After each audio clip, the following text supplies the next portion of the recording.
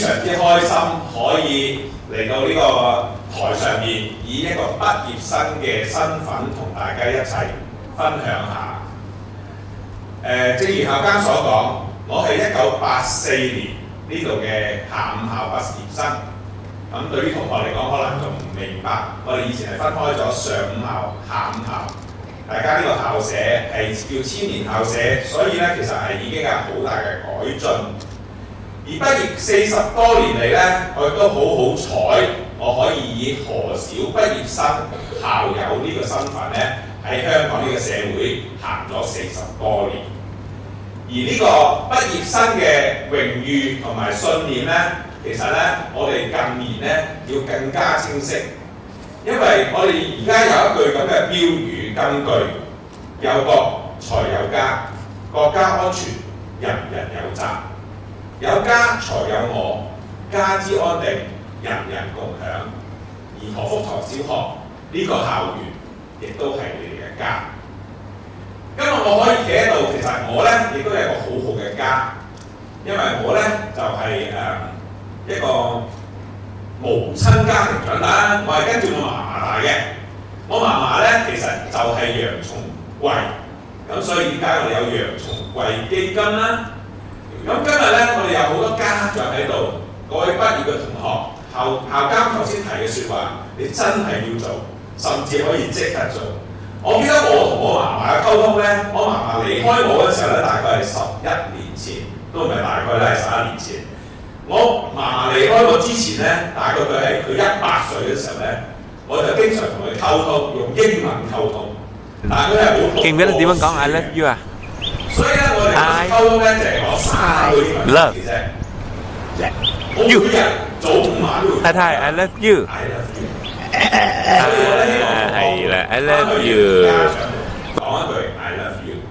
有國才有家，國家安全人人有責；有家才有我，家之安定人人共享。希望大家都係呢個家。今日係你哋嘅小學畢業禮，好快你會踏入中學。我小學畢業嗰時候咧，頭先問咗校長，大家分咗呢個中學嘅通知未啊？咁似乎未嘅。咁我講一個少少嘅故事咧，就係我攞小學升中學嘅通知嘅故事。呢個喺何福堂小學發生嘅班房。當然啦，我哋當時嘅班房咧就喺屯門嘅新發村。新發村如果大家唔知嘅，隔離我哋起緊屯門南延線，就係而家我哋嘅總站，即係屯門站 VCT， 就係我哋原本嘅校舍嘅位置。咁當年咧，我嘅老師咧都非常之好嘅，我哋都好多謝我老師啦，同埋我哋當時嘅校長潘校長。咁分發呢個升中通知嘅時候咧，咁我要囂啲講一句，我當年成績都唔錯嘅。咁幾乎學科獎咧，我差唔多攞晒嘅。所以嗰時咧，我係有好多禮物。我哋嗰時嘅禮物咧係一個筆盒，而且係新型嘅筆盒。嗰時鐵嘅筆盒之外咧，就係呢個新型嘅塑膠嘅筆盒，有好多層嘅，好靚嘅。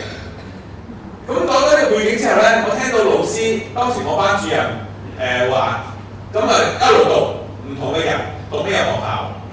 咁我班主任讀到黃徑屯門公立中學，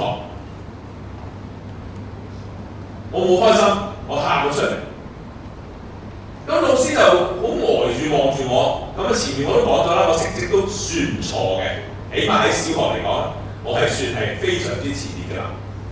咁理論上咧，讀屯門公立中學一間都唔錯嘅學校咧，係應該值得驕傲嘅。咁老師問我：你做咩喊啊？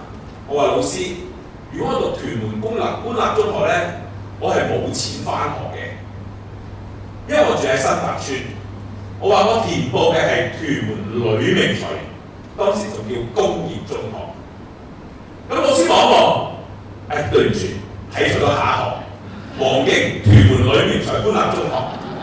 咁我先至冇再喊落去，因為我可以落樓下返學。因為當時我哋嘅社會咧，去屯門官立中學返學，雖然都好近，但係中午飯咧我就解決唔到啦。咁我要自己喺屋企煮飯食。咁所以各位同學，今日係小學畢業，你好快會踏入中學，當然跟住會大學。學校今次嘅準備非常之好啦，或者學校已經準備咗一段時間，你哋今日有畢業嘅袍。我讀到大學先至第一次着畢業袍，我亦都希望做到6+4之後，大家可以着起大學嘅畢業袍，成為我哋社會嘅一份子。其實行行都出狀元，無論將來你哋係做點樣嘅人，大家可以同我一齊記住，我哋真正嘅價值係建立喺點樣幫助別人同埋幫助社會解決問題。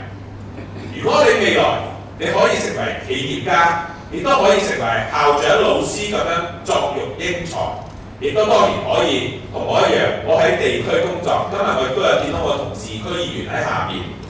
咁其實我哋幫助別人解決脫營嘅問題咧，就有機會係成為我哋將來嘅貢獻。其實有呢個探索精神同埋家國情懷咧，就係一個信仰之魂。我哋如果有能力冇情懷，你係邊個都已經係無足輕重。如果你堅守住一個平凡嘅崗位上，你都記住激情係一個人對工作高度責任感嘅一個體現。小學畢業好似仲係好細個，我當然都經歷過。而且正如校監所講，我今日係呢度嘅大師兄，因為我出世，我畢業嘅時候，你哋家長即係在座嘅你哋，可能都未出世。咁所以我亦都係秉守住呢一句説話。而我今日想講嘅第二句説話就係、你哋年輕，其實我自稱都係年輕，因為我仲喺青委會入邊，香港廣東青年總會我仲係佢哋嘅顧問。咁但係呢個口號藉口咧就唔可以成為我哋嘅藉口，要成為我哋奮鬥嘅本錢。我哋今日咁樣安穩嘅環境，可以學習啦、成長啦，唔係理所當然嘅。佢係我哋嘅前輩啦、父母啦，當然包括學校啦，同埋社會，即係我哋嘅行政特區，俾我哋嘅一個平台。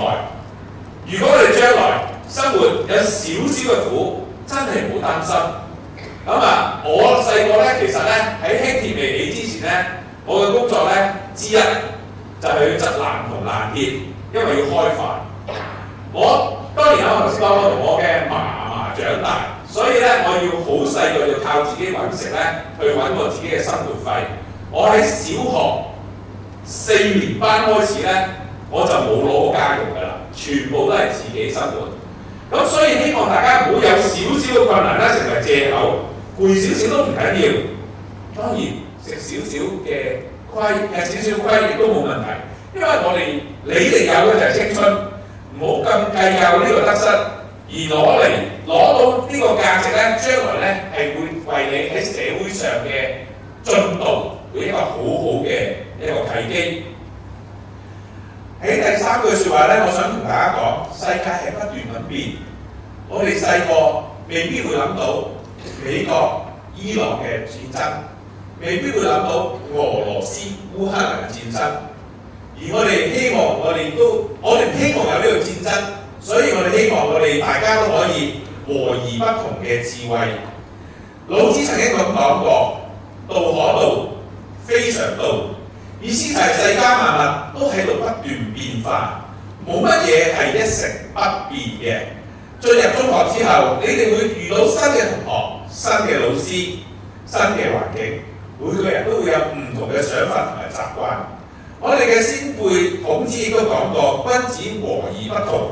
我哋唔需要強求強一致，而係要喺差異中互相尊重、互相學習、共同進步。將大家嘅優點攞出嚟分享，將自己嘅特色展現出嚟。呢個世界冇理由淨係要比拼，我哋可以協同一齊進步，製造一個更加美好嘅下一代，美好嘅環境為下一代。你哋新一代嘅年輕人咧，視野可以更加廣闊。實質上，我哋而家係網絡嘅年代、AI 嘅年代。頭先我哋有兩個 AI 產品喺度。為我哋打出咗一個新天。當你哋聽住全球音樂、睇住世界嘅影片，同唔同背景嘅人交流嘅時候，你哋會發現人類命運早已經緊密相連。冇一個國家或者地方可以獨善其身，因為我哋都係全球一個嘅地球村入邊，冇一種文化文明可以獨佔真理，所以合作先可以共贏，亦都係唯一嘅選擇。最後，我想送一句説話俾大家：人生之河，奔騰向前，我心堅定，為夢前行。祝願所有同學，甚至家長、老師、校監，我哋嘅前程似錦，大家生活健康愉快。多謝大家。